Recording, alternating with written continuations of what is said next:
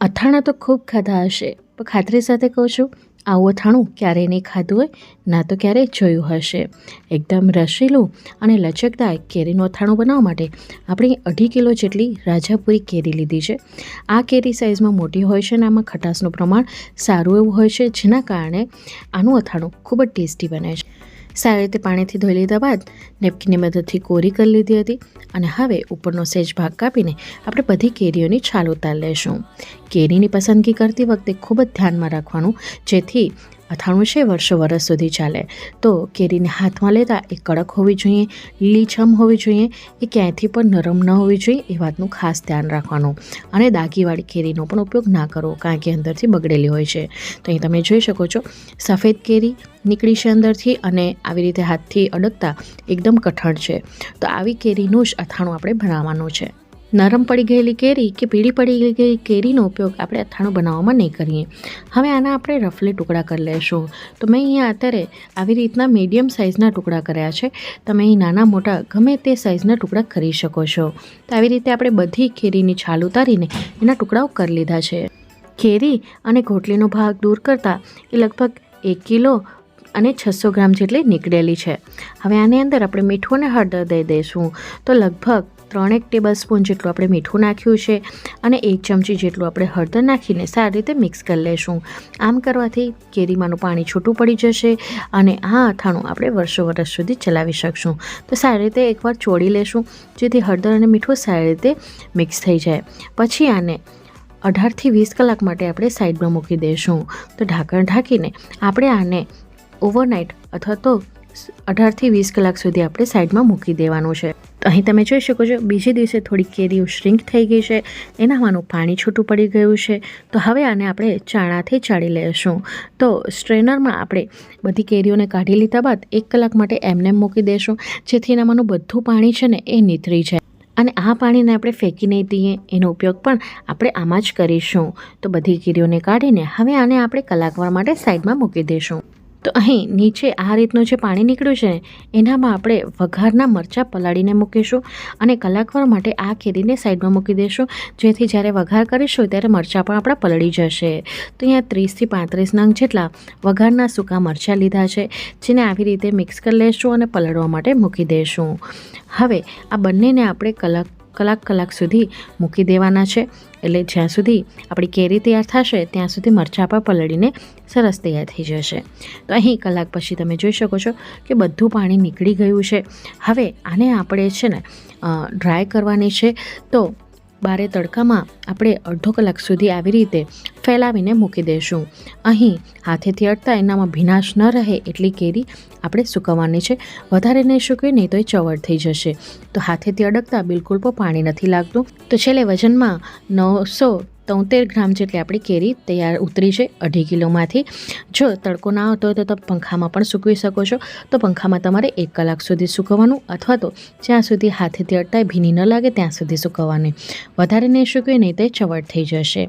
હવે અહીં મરચાં પણ પલળીને તૈયાર થઈ ગયા છે, જેને આપણે નીચોવીને કાઢી લેશું. વઘાર માટે મેં અહીં તમાલપત્ર લીધા છે 6 થી 7 નંગ જેટલા, તજના ટુકડા લીધા છે 4 નંગ જેટલા, 1 ટેબલ સ્પૂન જેટલા મરી લીધા છે, 1 ટેબલ સ્પૂન જેટલા લવિંગ લીધા છે અને 4 બાદિયા લીધા છે. હવે અહીં આપણે કેરી લીધી છે, તો અથાણાનો આપણે ગોળ લીધો છે. તો ગોળ કેવો લેવાનો? આપણે એકદમ લચકો ગોળ લેવાનો છે. જો લચકો ગોળ ન મળે તો તમે જે ગોળ લઈ આવો એને તમે 2 થી 3 કલાક તડકામાં મૂકી દેશો, તો આ ગોળ આપોઆપ લચકો થઈ જશે, એટલે કે ઢીલો થઈ જશે. ઢીલો ગોળ લેવાનું કારણ એ છે કે એ ઉમેરતા ફટાફટ પીગળી જાય છે. જો કઠણ ગોળ લેશો તેને પીગળવામાં વાર લાગે છે. હવે આજે આપણે જે અથાણું બનાવી રહ્યા છીએ એ ખારા તેલમાં બનાવી રહ્યા છીએ. ખારા તેલમાં બનાવવાનું કારણ એ છે કે ખારા તેલમાં બનાવેલું અથાણું 4 થી 5 વર્ષ સુધી પણ બગડતું નથી, કારણ કે એનામાં ખારાશ હોય છે, એટલે એનામાં ફંગસ કે ફૂગ લાગતી નથી. તો અત્યારે આપણે 1/2 લીટર જેટલું તેલ ગરમ કરી લેવાનું છે. હવે આ ખારું તેલ એટલે કે સરસિયાનું તેલ છે.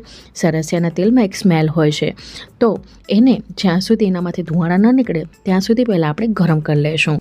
તો અહીં આપણે તેલને ગરમ કરી લીધું છે, સાઈડમાંથી ધુમાડા નીકળવા લાગ્યા છે. તો હવે આની અંદર આપણે ખડા મસાલા નાખી દઈશું. તો પહેલાં લવિંગ નાખીશું, મરી નાખીશું, તજના ટુકડા નાખીશું, બાદિયા નાખીશું અને આને થોડાક ચટકવા દઈશું. તો તમે જોયું તેલ સારું ગરમ હતું એટલે બધું ઉપર આવી ગયું છે. હવે આની અંદર આપણે તમાલપત્ર નાખી દઈશું અને ગેસની ફ્લેમને સ્લો કરી દેવાની છે, જેથી વઘાર આપણો બળી ન જાય. હવે આની અંદર 1 ટેબલસ્પૂન જેટલું જીરું નાખ્યું છે. અહીં તમે જોઈ શકો છો જીરું સરસ ફૂટીને ઉપર આવવા લાગ્યું છે. ખડા મસાલા છે સ્લો ફ્લેમ ઉપર જ્યારે સતળાશે તો એની ફ્લેવર અથાણામાં ખૂબ જ સરસ લાગે છે. 2 ટીસ્પૂન જેટલી આપણે આની અંદર હિંગ નાખી છે. હિંગ પણ અહીં પ્રિઝર્વેટિવનું કામ કરશે. તો અહીં તમે જોઈ શકો છો કે વઘાર ધીરે ધીરે હવે ઉપર આવવા લાગ્યો છે. ગોલ્ડન બ્રાઉન રંગનું બધું સતળાવા લાગ્યું છે. તો આ સમયે આની અંદર 1/2 કપ જેટલા આખા ધાણા નાખીશું. આખા ધાણાની જગ્યાએ તમે ધાણાના કુરિયાનો પણ ઉપયોગ કરી શકો છો. સાથે આપણે એટલી જ એટલે કે 1/2 કપ જેટલી આપણે વરિયાળી લીધી છે. કાચી વરિયાળીનો ફ્લેવર અથાણામાં ખૂબ જ સરસ લાગે છે. આ અથાણું એટલું ટેસ્ટી તૈયાર થાય છે ને કે તમે શાકને પણ ભૂલી જશો. અત્યાર સુધી મારો વિડીયો ગમતો હોય તો પ્લીઝ વિડીયોને લાઇક કરવાનું ન ભૂલતા.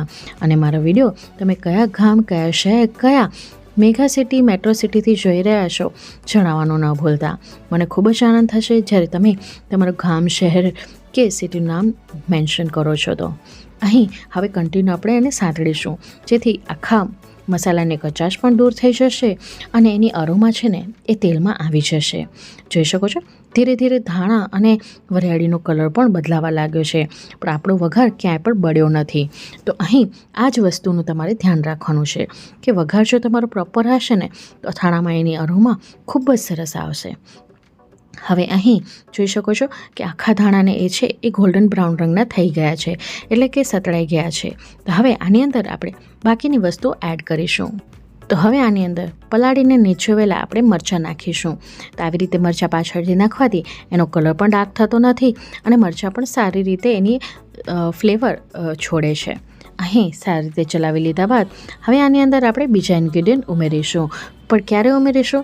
જ્યારે આ પરપોટા છે એ થોડાક બેસી જાય. તો અહીં તમે જોઈ શકો છો પહેલાં કરતાં હવે પરપોટા છે એ થોડાક બેસી ગયા છે, એટલે કે મરચાં છે આપણા સતળાઈ ગયા છે ને એનામાંનો જે પાણીનો ભાગ હતો એ બળી ગયો છે. તો હવે આ સમયે આની અંદર 1/3 કપ જેટલા આપણે રાઈના કુરિયા નાખ્યા છે અને 1/4 કપ જેટલા આપણે મેથીના કુરિયા નાખ્યા છે. તો મેથીના કુરિયા છે રાઈના કુરિયા કરતાં ઓછા લેવાના, કારણ કે એમાં કડવાશ હોય છે. તો વધારે પડી જશે તો અથાણું છે કડવું બને છે. અત્યારે ગેસની ફ્લેમ આપણી સ્લો જ છે અને આને પણ આપણે સાતળીશું જ્યાં સુધી એની કચાશ દૂર ન થઈ જાય.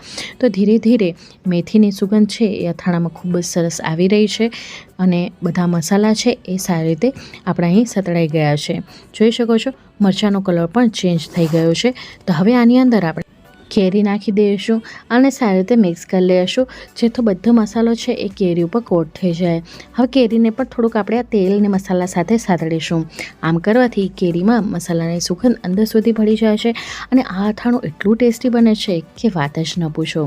તો ફ્રેન્ડ્સ, કમેન્ટ બોક્સમાં લખીને જરૂરથી જણાવજો કે તમે આવું અથાણું બનાવો છો કે નહીં, કે આવું અથાણું તમે ખાધું કે ક્યારે જોયું છે કે નહીં. તો આપણે આને 1 મિનિટ સુધી સાંતળી લીધા બાદ હવે આની અંદર આપણે ગોળ ઉમેરીશું.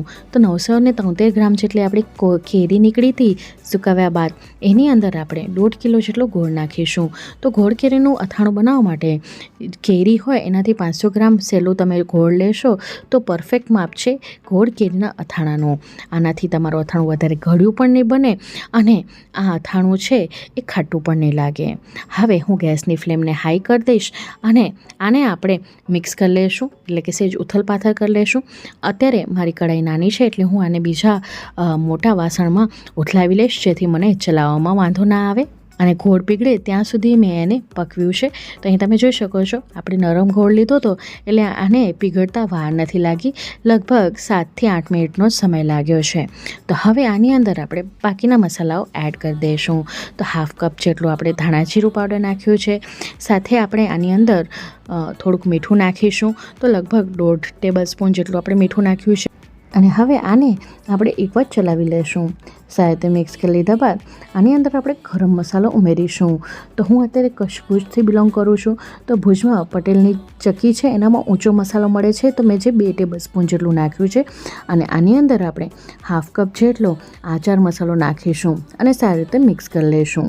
તો અહીં તમે જે આચાર મસાલાનો ઉપયોગ કરો એ જૂનો ન લેવાને બદલે જે આ વર્ષનું જ હોય તાજું પેકિંગવાળું હોય એનો જ ઉપયોગ કરવાનો, કારણ કે આચાર મસાલાનો જો મસાલો જૂનો હશે તો એના ટેસ્ટમાં પણ ફરક પડે છે. અહીં તમે જોઈ શકો છો એકદમ લચકદાર રસીલું આપણું ગોળ કેરીનું અથાણું તૈયાર થઈ રહ્યું છે. હવે અત્યારે આપણે આને એક ઉભરો આવે ત્યાં સુધી પકવી લેશું. તો અહીં એક ઉભરો આવી ગયો છે. હવે આને આપણે ઠંડુ પાડી લેશું. તો અહીં જ્યાં સુધી એ ઠંડુ ન પડી જાય ત્યાં સુધી આપણે આની અંદર બીજા મસાલા નહીં ઉમેરીએ. તો અહીં ઠંડુ પાડી લીધા બાદ તમે જોઈ શકો છો કે કેટલું લચકદાર રસીલું તૈયાર થયું છે. તો હવે આની અંદર અત્યારે હું 1/2 કપ જેટલું કાશ્મીરી લાલ મરચું પાવડર અને તીખાશ માટે 2 ટેબલસ્પૂન જેટલું તીખું મરચું ઉમેરી રહી છું. તો આનાથી આ અથાણું છે એ ખાટું મીઠું અને તીખું તૈયાર થશે. તો એકદમ ગોળ કેરીનું અથાણું છે તો તમને એકદમ મીઠું મીઠું પણ નહીં લાગે અને આમાં થોડીક તીખાશનો ભાગ પણ આવશે. અને અહીં તમે જોઈ શકો છો મરચું ઉમેર્યા બાદ કેવું લાલ ચટક સરસ મજાનું આપણું આ અથાણું તૈયાર થયું છે. હવે વાત રહી સ્ટોર કરવાની. તો સ્ટોર કરતી વખતે પણ જો તમે થોડીક બાબતોનું ધ્યાન રાખો તો તમારું અથાણું છે એ વર્ષો વર્ષ સુધી નહીં બગડે, એ ખાતરી સાથે કહું છું. તો જે પણ બરણીમાં તમે સ્ટોર કરવાના હો એને સારી રીતે ધોઈને તડકે તપાવી લેવાની છે. અને મરચું ઉમેર્યા બાદ હવે તમે જોઈ શકો છો ઉપર તેલનું ભાગ બિલકુલ પણ નથી દેખાતું. તો અથાણામાં તેલનું ભાગ હશે તો અથાણું છે વર્ષો વર્ષ સુધી ચાલે છે. તો આપણે આ 1/2 લીટર જેટલું સરસિયાના તેલને ધુવાણા નીકળે ત્યાં સુધી ગરમ કરી લીધું હતું. ગરમ કરી લીધા બાદ એને એકદમ ઠંડુ પાડી લેવાનું છે જ્યાં સુધી રૂમ ટેમ્પરેચર ઉપર ના આવે ત્યાં સુધી. અને પછી જ આપણે આને અથાણાની અંદર ઉમેરવાનું છે. તો અહીં તમે જોઈ શકો છો કે 1/2 લીટરમાંથી મેં અડધો એટલે કે 250 ml જેટલું તેલ અત્યારે ઉમેરેલું છે. 250 ml જેટલું તેલ આપણે પાછળથી ઉમેરીશું જ્યારે એને બરણીમાં ભરશું. તો બરણીમાં ભરતી વખતે અત્યારે આ એક બરણીને આ બીજું બાઉલ આપણું તૈયાર થયું છે. અથાણું ભરી લીધા બાદ આવી રીતે જે કિનારીનો ભાગ છે એને ટિશ્યુ પેપર કે કપડાં કે કોઈની પણ મદદથી લૂઈ લેવાનું છે જેથી ઉપર અજીઠું ન રહે. અને ઉપર આવી રીતે 1 ઇંચ જેટલું તેલ આપણે વધારે રાખવાનું છે. જો ઉપર તેલ પ્રોપર હશે તો અથાણું ક્યારે પણ નહીં બગડે.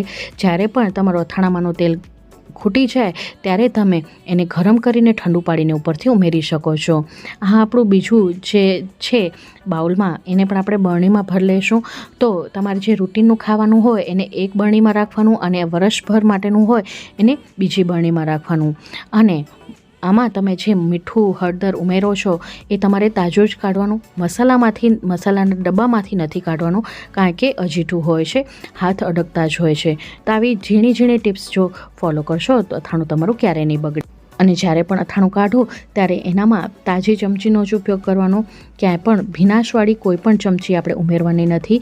અને સાઈડમાં ક્યાંય પણ લાગે તો એને કપડાં કે નેપકિનની મદદથી લૂછી નાખવાનું છે જેથી ઉપર ફંગસ કે ફૂગ